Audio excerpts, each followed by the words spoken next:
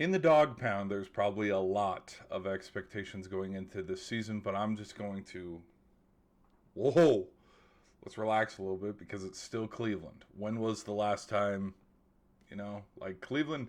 I think Cleveland's worries right now is I think mathematically, if like let's say they went 6-0 and they swept everybody in the divisional round, there are still other games as such here with the Bucks, with the Texans, with the Raiders, with the Falcons, with the Jags. There are still other Colts too. You never know. Danny Dimes could have a bounce back season. Same with the Giants. We don't know where the Giants could be.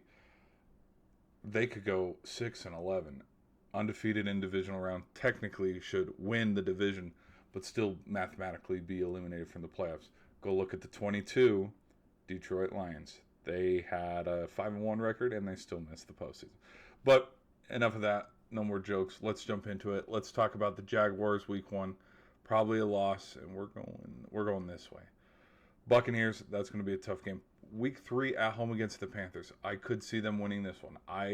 There's going to be a lot of hype between the Panthers and the Saints. Everybody's going to forget about the Bucks, and I think the Bucks are going to sneaky get back, win the South. I think the Panthers could regress. Thursday night football, I talked about it with the Steelers. I'm going to say this is a win. So they start 0-2, but get back on their feet. Win 3 in a row, because I do think they could beat the Jets, because, hello, it's the Jets.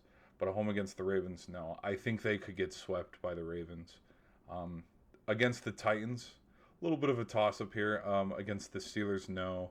Saints, a little bit of a toss-up, but I could lean towards... We'll see what... the Saints got a new running back.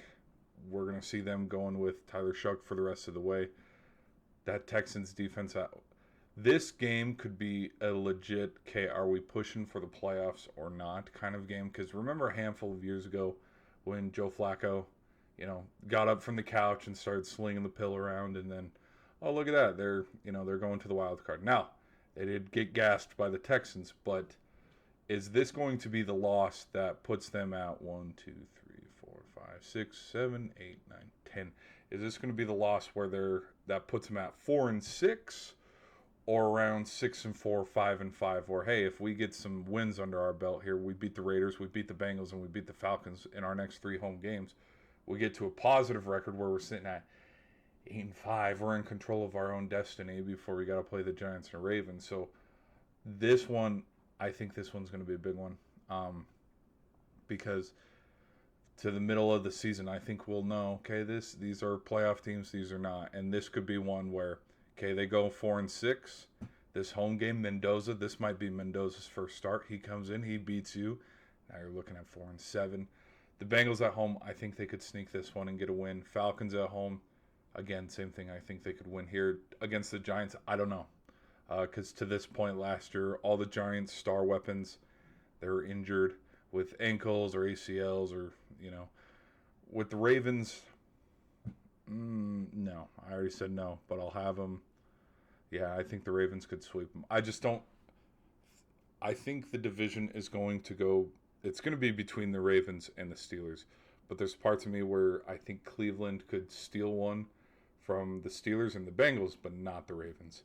And I think ultimately who wins head to head between the Ravens and Steelers, kind of like last year, wins the division. But I'm leaning towards the Ravens having a bounce back year. So if the Ravens do have a bounce back year, they're not losing these ones. Like Lamar is going to have an MVP type season. We know the whole, song and dance. Colts, to this point last year, Danny Dimes was injured. I think the Colts might take a step back this season as well. So this could be a win. And then truthfully, like with this being the last game, Bengals will be pushing for a playoff spot. So all their starters will be playing. They won't be sitting anybody. Because if it was something like, the Bengals and the Broncos a handful of years back where the Broncos sat all their starters or whatever, it's like, okay, Browns are going to blow them out if starters are sitting. But I have a feeling it's going to be at home, for Cincinnati. Bengals win, they're in. I have a feeling Joe Burrow might put on a masterclass, throw about 5 touchdowns, but his defense gives up, also 5 touchdowns, and they barely win on a field goal. So with the Browns, I can see low end 4 or 5 wins. But there's parts of me where this team can probably win maybe 7, 8 games high end. But yeah, I don't know where to gauge with Cleveland this upcoming year. But guys, be sure to let me know your thoughts in the comments. This is my first impressions on looking at the schedule. No confirmation for exactly K. They are going 7-10. None of that this time around. But be sure to hit that subscribe button, and I'll see you in the next one.